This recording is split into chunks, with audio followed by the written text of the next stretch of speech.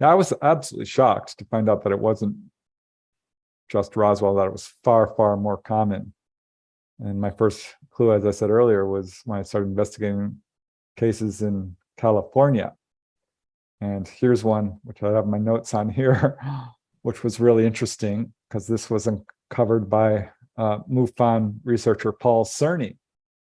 And this took place in Salinas, California, in a carrot patch in 1947, when UFOs showed up en masse.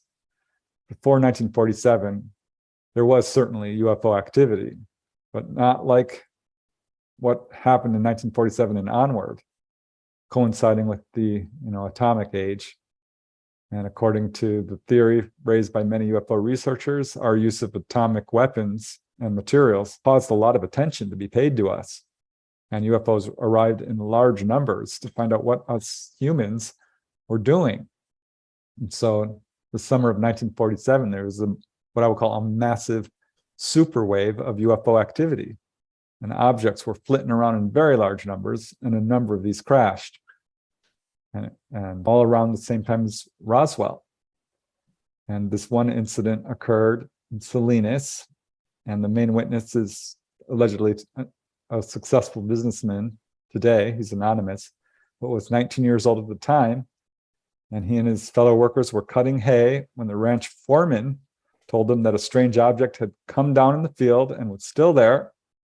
And this witness told MUFON researcher Paul Cerny that the object was a large disc, was 9 feet in diameter, 4 feet high, which really isn't that large, if you think about it, but was dull gray metal with little portholes around it, no markings or evidence of any damage, but it was just sitting there. They went up and kicked this thing. There was no reaction other than a hollow metallic clang.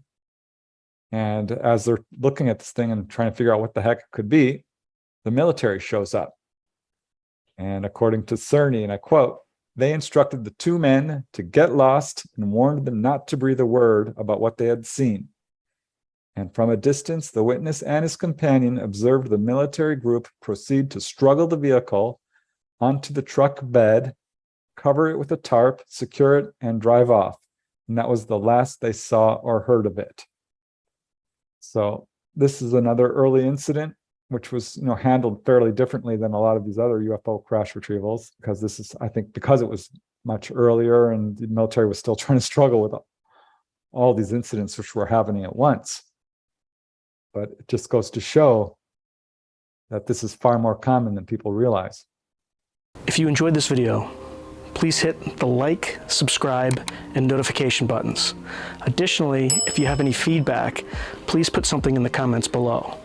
And lastly, if you want to watch the full episode of this clip, you can find it above. Thanks again for watching.